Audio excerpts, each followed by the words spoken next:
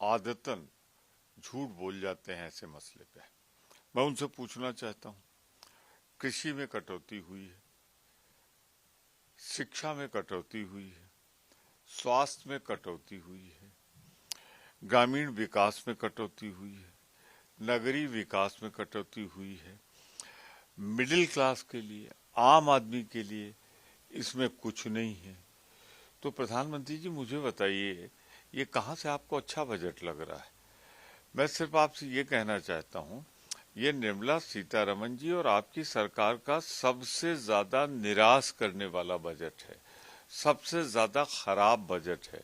और अगर आपको प्रतिक्रिया देखनी थी ना, तो जो सांसद आपकी पार्टी के बैठे थे वो तरस गए कि कोई एक ऐसी घोषणा हो जाए जिसका वो दिल से स्वागत कर सके। बाकी तो रूटीन बजट है ये।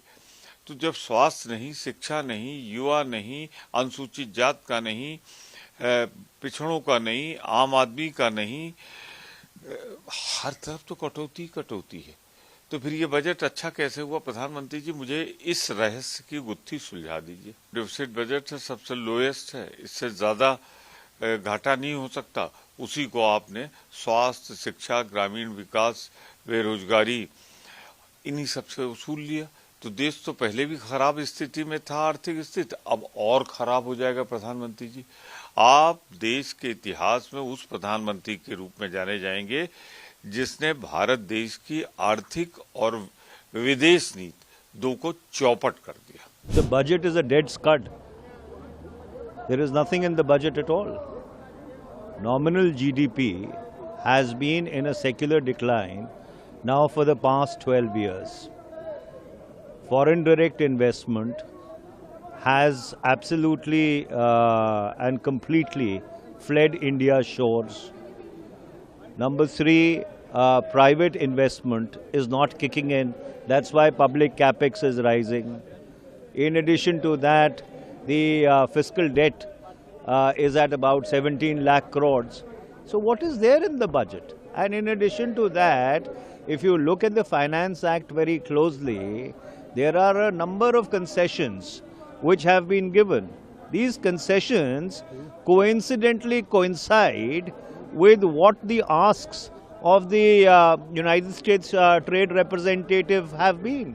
So has the government made unilateral concessions? The government will have to answer that in the budget discussion. देखिए, ये तो समझौता एक्सप्रेस है, रिफॉर्म एक्सप्रेस नहीं।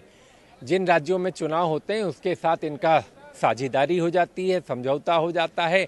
उन राज्यों को कुछ की घोषणा हो जाती है जो जमीन पर कहीं नहीं उतरती। पिछला बजट हम लोगों ने देखा तो बिहार और आंध्र प्रदेश की बात हुई, लेकिन वहाँ पर क्या जमीन पर उतरा उसकी चर्चा नहीं हो रही है। मैं मूल रूप से आपसे कहना चाहूँगा कि किसानों के मुद्दे पर ये सरकार खामोश रही। किसानों को कोई भी ऐसी बड़ी चीज़ देने का काम नहीं किया, कोई सिंचाई की बड़ी परियोजना देने का काम नहीं किया। एक बड़े देश का बजट था, देश के लोग आशा में थे कि आज हमको कुछ मिलेगा। मध्यम वर्ग को कोई भी कर से राहत, मध्यम वर्ग की जो बचत है उसको बढ़ाने का कोई भी व्यवस्था इस सरकार ने नहीं की। आप देखेंगे तो प्रति व्यक्ति जो कर्जा है वो जब से भारतीय जनता पार्टी की सरकार आई है लगातार लोगों पर बढ़ता चला जा रहा है। अमीरों की दौलत को आपने बढ़ाने का काम किया।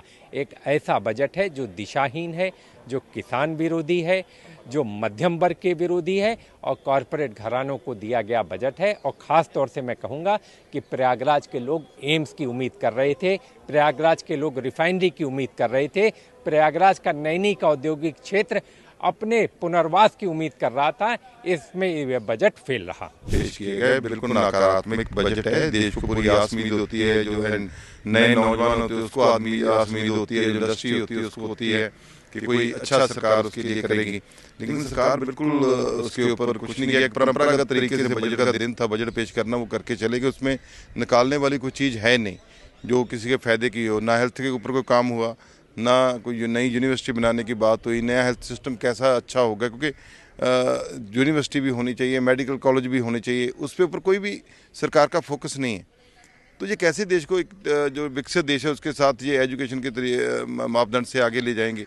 देखिए जापान जैसे कंट्री हैं 8G लेके आगे हैं, तो हमारी तो BSNL भी बिकने के लिए तैयार हो चुकी है, इन्होंने ख़त्म कर दिया है।